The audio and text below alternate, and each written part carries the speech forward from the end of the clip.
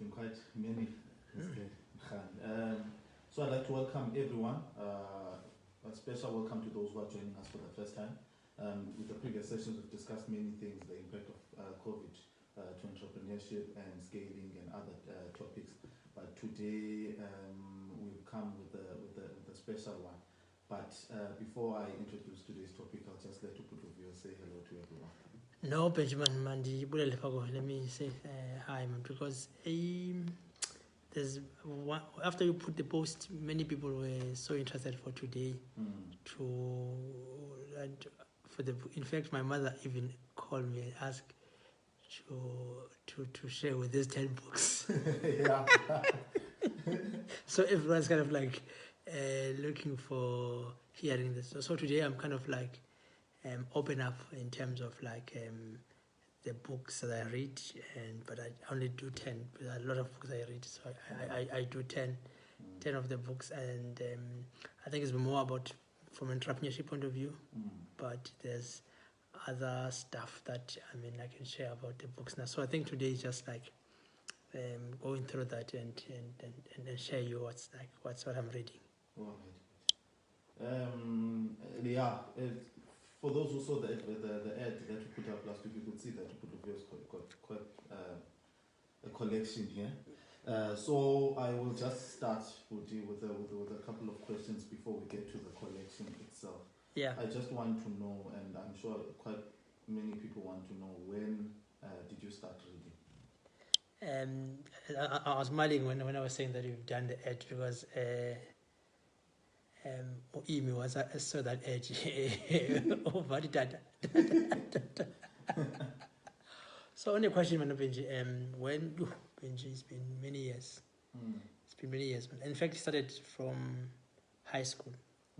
So I used to go to Komani Library. Yes. Yeah, and the Queenstown Library. I think I was not reading books then. I was reading just the study material then. Yes. But when I came to Cape Town, I was doing teaching, and I became interested to read. So I used to be a member of library, and they used to give a card, and then you get a book, I think for 2 weeks, and then you bring it back. Yes. Even after, I think I was working at Bishop there, I was like also in a library. In fact, even after I left, there was an issue around the book that I never returned. But I never returned the books because something that I know that you must return the books for others to able to read it. So I think it's been, and then when I started working now, I started keep on buying myself once, and then it becomes like something that I do. But when I started to see Lulu, it becomes a serious habit now. So it's one thing that I maybe imali it's more is not in. That's one thing that I think that I because it's now I can't pass a bookshop now without buying books. So it's part of me. And in fact, sometimes in the beginning when Mom Temple used to have problems, but now it's kind of enjoy it and she loves these books. I can imagine, yeah. It's like sports people and sports equipment. You can't go past the sports shop without buying. Yeah. But Luvio, which can you just tell us which categories are your favorite? Well, Benji, I enjoy to reading to other people's stories. People ask me, every time again I share the book. Because I share every week, I share a book.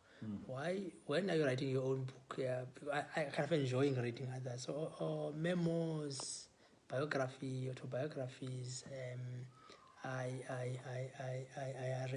started reading Ed Sheeran, one of the great musicians from UK. It's like amazing story of this guy that it's the same level as Michael and George Michael.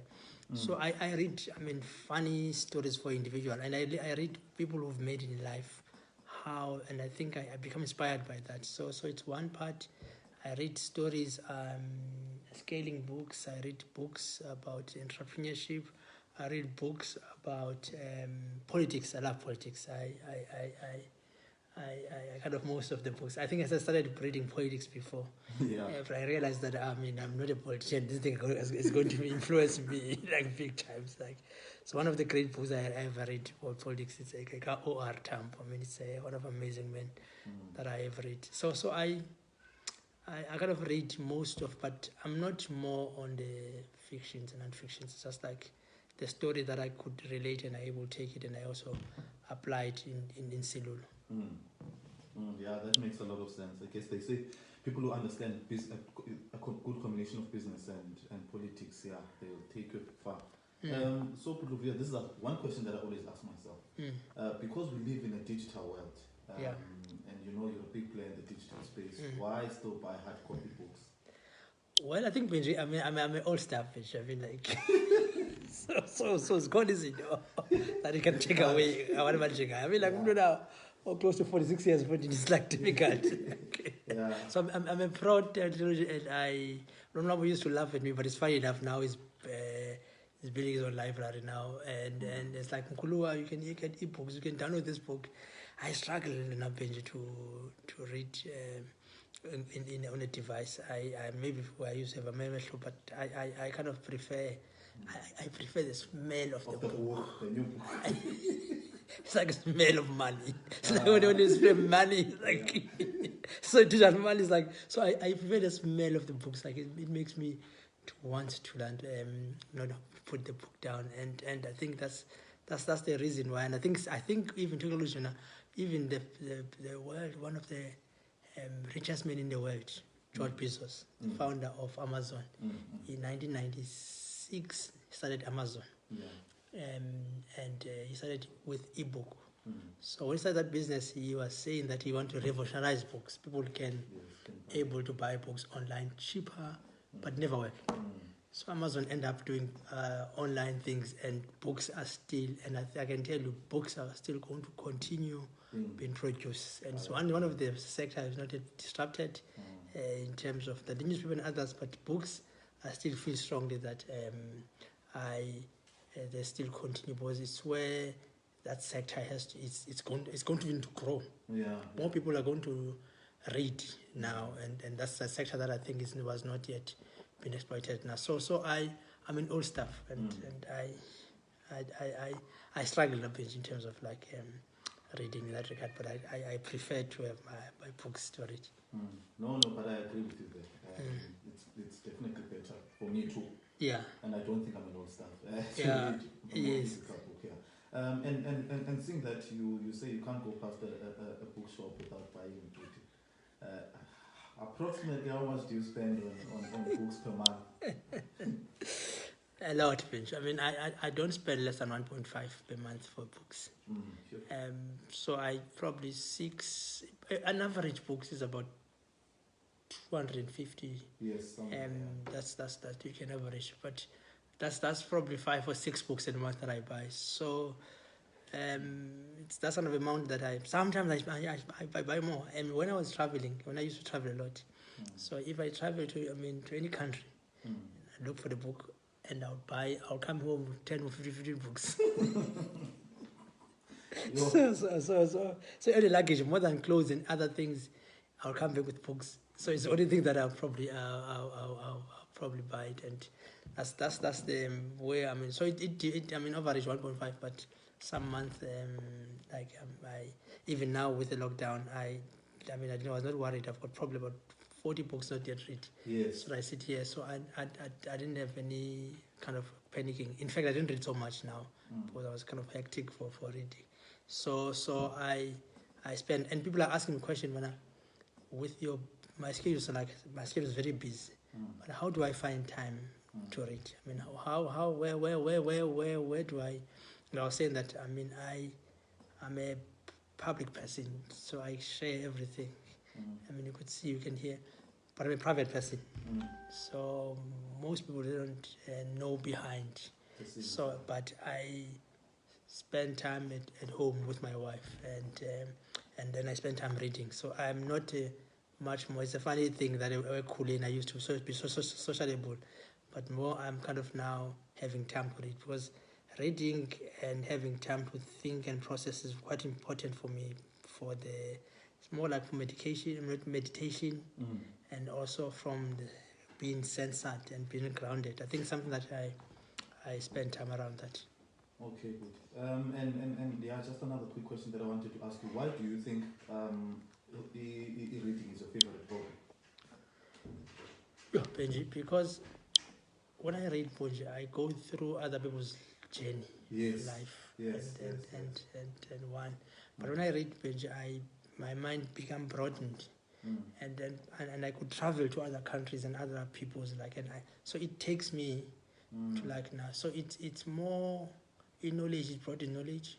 It empowers me, and it makes me kind of become a better leader and a better entrepreneur, and that's why. And in fact, because I interact many, I've been invited to speak in different platforms. And that it's where people are asking me higher grade questions, but because of being prepared, I could attend. I can go anywhere. So you can ask me any time. It's like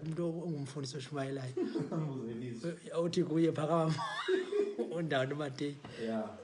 so it's the same thing in terms of the book. So you could that's the and I think one thing that people must realize, man, how you get so much content, no one can take away.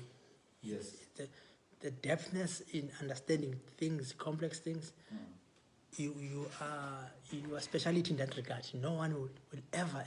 So the more you invest in yourself, the more you read so much, the better you become. So when we interact and engage with people, you've got a substance because you empower yourself in big time. No, I definitely agree with that. Good. And I guess that's that answer brings us to the most exciting part of today. Yeah. The gist of today. Yeah.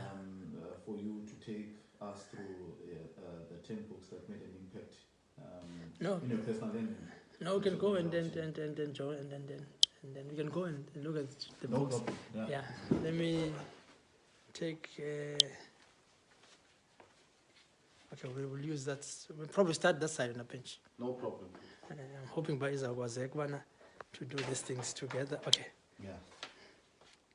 So if you can just take us maybe through your first one. Okay. First book. It's not in order, bench. Just Yes, look at this is. You can have it. This one. It's the story of Sobe by Ian Ferry. So he's one of the amazing entrepreneurs in South Africa. Sobe, most ladies and men knows it everywhere. He started the franchise, I think 2008, 2009 or 2010, where focused on beauty. So he ran a music business before, and he sold that business and started with the Sobe. And what I like so much about this book, it talks about Sobe DNA. How they put customer-centric in everything they do. And I think it's one of the books that I kind of say that many South Africans can get it and read it, because he wrote from heart in terms of what makes Sobe so success. Very interesting.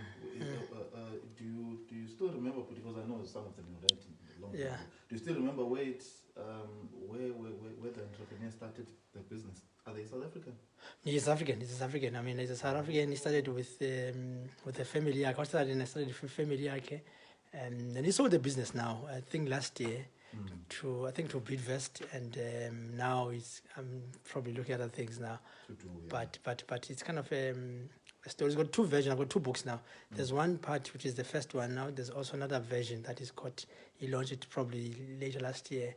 Probably similar in terms of the way of doing Sobe things. Okay, good. Yeah. Okay. So this is the first one. This is the first one. All right. Yeah.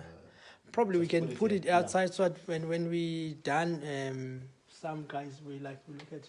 So that's one book that I learned. Another book that I enjoy so much, it's the story of Baba or Herman Mashaba. Oh yes, Black Like You. It's the story saga. So he's a former mayor of Gauteng, Johannesburg. He's got an amazing story. The story is how he started Fedri your mama in terms of him and the Endozonwell. What's amazing about him, it's the time that with Nkosazwaku's Koni, then the factory burn out and they've lost everything. Yes. And he has to start from scratch, and I think the resilience in him, that is one of amazing entrepreneurs in South Africa ever come in under apartheid. So he's got a good story to tell, and they could really, I mean, many can read about the entrepreneurship, I mean, ups and rise of entrepreneur. Yeah, I think I remember this story. I didn't read the book, but I read about it before. Yeah. It was one of our case studies at school. Okay. Okay, we can move to the third one, Budi. And then, I might not go into order, but I can tell you. No problem. The next book that I kind of like, I mean, it's a corner cafe book, and I was hoping that when I no, I don't think so. There's also a book about Potifeka. There's a book of the Potifeka. So it's a corner cafe to a giant. So it's a story of steers. The guys who started steers, it's a family from Greek that, I mean, been part of here and started with the one. I think Steers is one of the first franchise in Africa to have a food franchise. Yes. So there's a story also linking with Spare, that the founder of Spare was part of the Steers, that they asked him to come to Cape Town to open a branch, and he ended up opening. I read the book, you're going to hear. But these guys now, they are owning a famous brand. So a famous brand owns Wimpy, or Orlando, or Debonair's, or Fisherways, or Tasha's. So it's amazing story in terms of like how South African business can be one of the giant businesses that they kind of expanded even beyond South Africa now. I mean, I was in Dubai seeing sometimes Ocean Basket. So these guys are kind of like one of the guys that owns most of these restaurants. Very interesting. Just a reminder to those who are joining us live, what I'll do is that we'll write down a list of all these 10 books that Mr. Khani has shown us, or I'll take a picture of all of them. Probably one picture so that you can see. Okay. Yeah. No, it's one page. And then Benji, so this one is also my favorite book. I mean, one of my favorite book that read. It's The Four Legs of a Table. One of the greatest books. I mean, it's got two books, Grasshopper and The Four Legs of the Tables, Raymond Ackerman, the founder of Pick n Pay.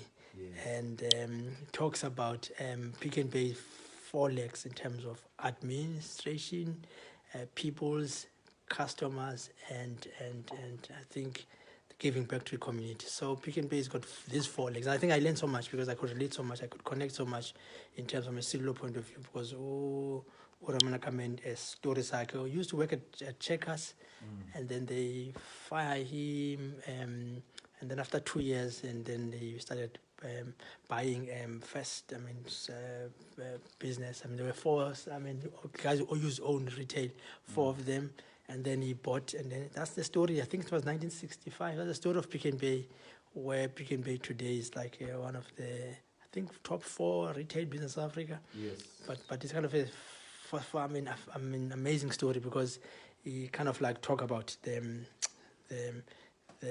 how he has built his businesses based on this foundation now, and also how the succession of the family, in terms of a family point of view.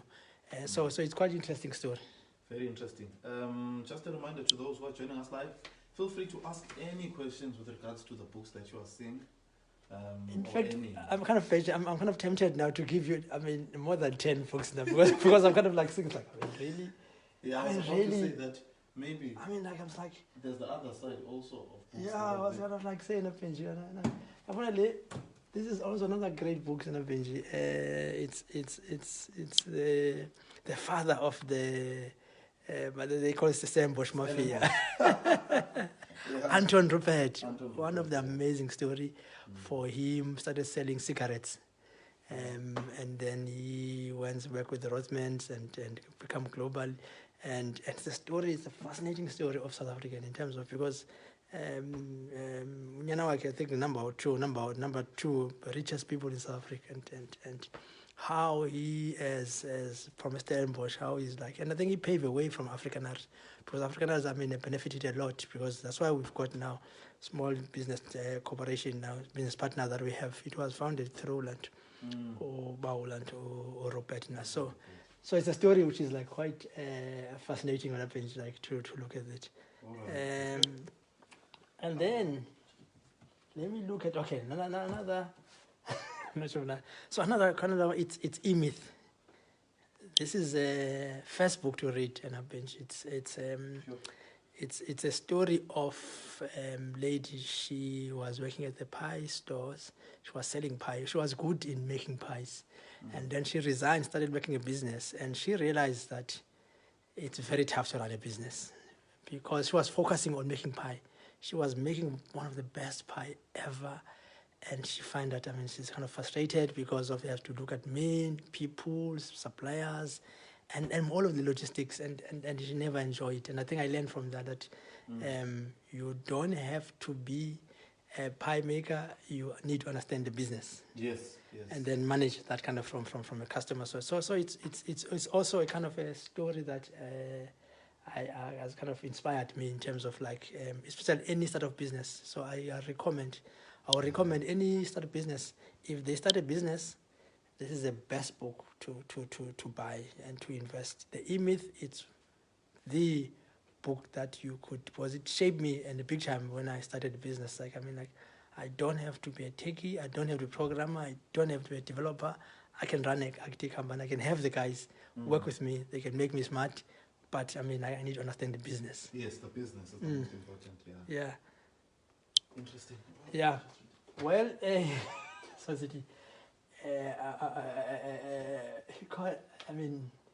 kind of like, this is a story that Benji, fascinating story. Jack Ma, yeah. the founder of Alibaba. I'm sure people are reading about it. Is milking it now with this coronavirus now. Because he owns the online stores, and Yes.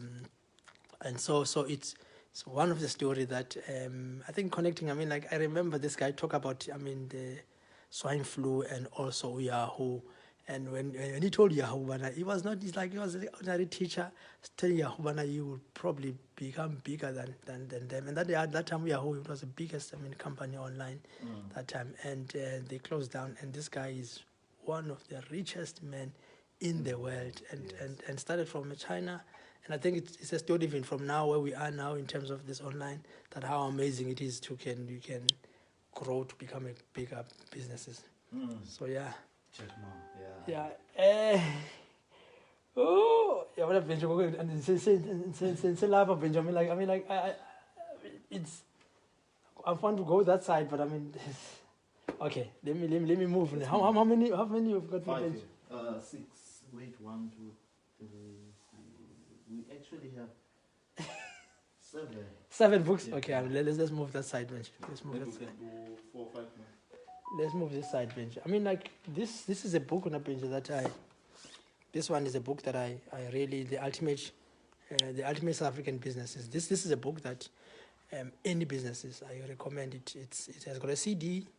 It's got it tells you everything. If you want to hire someone, to fire someone, you want to can you read them, you want to have from every part of the business, from a business plan to like it's got any necessary because it assists you from a business. And the context what I like it's South African. It's written by Leslie Nolanto or Park. So those are kind of great writers, and it's more practical. It's a book that is practical, that you use it as a tool in your businesses and other things. You just need to kind of like not reinvent the wheel, because these guys, they've done part of a great job. Yeah. Okay. Yeah. No. Let me share. Also. One of the great books. Mteto Nyati, Betting Attack. I think what I liked about Mteto is more sharing his own journey in terms of the corporate, how he's grown, in terms of how he works from IBM to Microsoft to where he is now. So it's amazing. Phenomenal South Africans. You kind of like just love, the ethic leadership, the leader who's just like empower people, but also grow in that regard, and also choices that you have as a family in terms of how important for Mkoska's work or being part of your journey. I think that's what I really appreciate the story, and the story that I think it's kind of like getting from South Africa, from Executive South Africa, how they are coping and dealing with the growth around that now. So Benji, I think yes, Benji. This is the ninth one. And yeah, this one is definitely a must read. Benji. So I mean, like, was all of this like the last one that I think it's more Benji. It's a story of McDonald's. I mean, it's a story of the brothers started McDonald's, and then this guy, I forget the name now. It came over and then took the brand and built. I mean, one of the best franchise in the world. McDonald's is in the world, yeah, one of the best franchise. So it can tell you the story where it comes from, and then how it has grown and where it is. And I think when we go through a franchise, we learn so many lessons from McDonald's. And I think we kind of like copy some of we made many mistakes, but I think for us it was kind of like learning from the best from a franchise point of view now. So I've tried to, from a business point of view, Brent, not to focus on me. I try to share it from the startup, lesson learned, and then from a businesses in terms of the businesses that they've done, and I think also from the tools that you need to use it through the from the businesses that comes in. So I think that's the story. So in fact, I'm kind of like stuck. I'm not stuck. I'm kind of like saying there's more, Benji. Yeah, way more. Yeah. There's more. So it for me, it's like challenge to choose the 10 because they've got more. It's like in the ocean. Yeah, there's more I can able to share. I think it's just for now. I mean, to share to everyone. Like, I mean, from that. I mean, like, I'm keen if wants any question that people wants to find out any question about any books, but yes, I think that's what for now I want to share from the books point of view. All right. I've got I think 2 more questions that I want to ask you, Benji. So if we may probably go Ben. Okay, no problem. And then I'll just ask those 2 questions quickly, and then you can just round up. Okay. And then anyone who wants to ask any questions on and offline, you can do so. Yeah. We will be able to answer those questions. Just one quickly. Okay. What student? Yeah. What student are you looking at? I mean, I think no, it's fine. You can.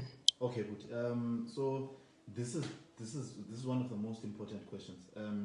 How important is it to stimulate yourself mentally by reading as an entrepreneur? So Benji is very important, Benji. I mean, it's very important, especially in the time where we're living in now.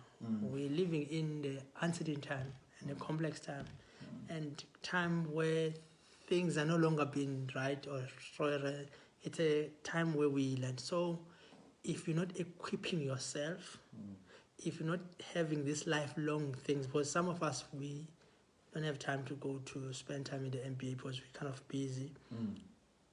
But it's the only way that you could do it. And sometimes you don't have to read books. I mean, you could go YouTube, you could go through Google, you can also LinkedIn. There's much more content. So it's important to empower yourself as a business owner.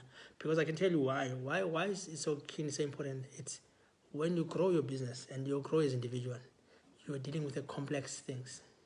Life becomes complex. Things becomes like your business becomes complex. It grows to extend that. But when you read and empower yourself, you kind of bring simplicity everything you do. So that you can maneuver in this complex world and able to come up with the best thing now. So I think that's what I could say in Benji. It allows you, it empowers you to take the complex things, you make it simple because of your knowledge in terms of that you are reading here. Yeah, I agree with that. And I think it takes me to this question: why is it important, especially for the black community, to read? Yeah, no, I've been just used to this thing, but if you want to hide something or hide money, put in the book. So don't feel imali from nomnyama ifake encwadini. Yeah, because soze umuntu omnyama. And I think it's that thing is changing now. It's changing a big time. It's changing now, and I think it's going to change. We have a generation now that love reading, that wants to be reading their stories. We we also have, I mean, problem what was more, it was we didn't have so much content around our local content. Yes, We've got amazing writers. I mean, every week there's releasing a book.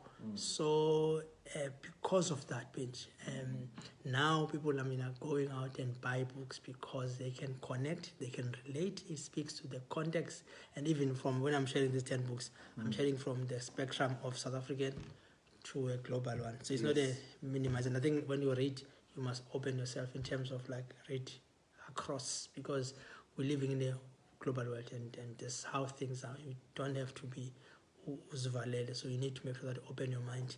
So I think, people are kind of people are putting content. Some books I'm reading here, I'm buying here. It's I just sometimes say, what do I upper? Across story up, because people just want to write a book. Otherwise, there's no. But it's encouraging, and I encourage more people to document and write the stories, because every one of us have got a story to tell. Sure. So I think I will also. I think this is one thing that we as black entrepreneurs need to do. From these 10 books, let's just start with one. Just pick one that you will read. I know that I'll be reading Benji Wanodaki because I really enjoy listening to Mtetwenyati. Fun, just a quick fun question. Good. On the spot question. Do you borrow your books out to other people? Because I remember when you used to post the books that you bought, you always used to get people that say, after you read. No. Benji, and I don't borrow the book. I can give everything, but not the books. I don't, Benji. I think I take books very serious, and in fact, this is for a legacy. Yes. This is This is what I'm kind of wanting to do. I want to do a library. So at Mibongo, when now he's going to be 2, 3, he grow up reading. I'm inspired with the stories of Tata Mbeki, our former president. When he used to be young, Govan used to have books, and then he used to read. And in fact, he was when Govan was in prison and Elalinya Ketujwa, he used to read letters Zaban's mind from Moapa. And so I'm inspired with the story of Tata Mbeki, because the culture of reading starts from early. Yes. So if we stimulate it very early, and if I look at myself, I used to see Umduman, my father, used to buy a Daily Dispatch, and used to read Daily Dispatch. He was like a reader on Daily Dispatch, and we used to blacksem us if we find us. We open the newspaper before you open it. He used to blacksem like anything now. Yeah. But I learned from my father in terms of Tata. We are funda happy paper, and that's what I was kind of interested in. Even now, I'm kind of even Peke Koman. I'm so interested about history, to write and to invest on the history. And maybe from a school, I probably part of person that read history so much. So Imbali, because history repeats itself. So that's what I've been saying, that when I have these books, information from Naiboli, Ibindala, it will be relevant even years to come for Mibongo to know how other people have made it in life. Yeah. No, good. That's very good to hear. And like you said, it's very important to start early. I think I missed the bus a bit when I was younger because I played too much sport. But as I grew older, I started loving to read. In closing, this is what I would say to everyone who's joined us live. I will take a picture of all the books, the 10 books that Uputi has given us. Yeah. And then probably what we'll do is that if you want more, Uputi can just pick them offline, and then we can take a picture of that maybe in next week's discussion. But I think for now that this is a bit sufficient, and we'll start with one book at a time, and hopefully we'll learn a lot from it. Woody, from your side, any parting views or comments? No, Benjamin. It's the first time that I'm doing it and sharing. I'll continue doing that, sharing the books and the quotes and from from the great writers, and because I mean sharing is caring, and I really want to make sure that people can be inspired, and also they see that I am moshimali into what it's quite important in the sense that you investing in yourself to extend that you become much more better in years to come now. So I really want to have a book society, book clubs, people meeting together, sharing the book among themselves, and then talk about the book.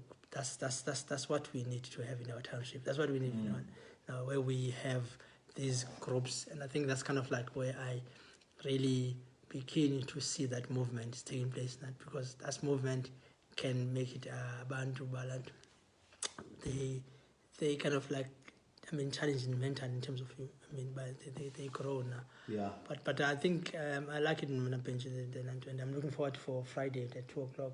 Yes. And maybe we can talk about the importance of network. I mean, why it's so important, what they have done for us, and what networks that we have. So something that probably I'll be keen to engage on. Okay, good. Aike, you've heard from Ukutivuyo that next week we'll be talking all things networking. I know you used to run a very big network in the township. We'll talk about that in detail next week. But thank you for joining us, and just send those questions, like I said, even offline, we don't mind. Thank you, Ukutivuyo, for sharing with us once again. I guess we'll see everyone again next week. Thanks, Benji.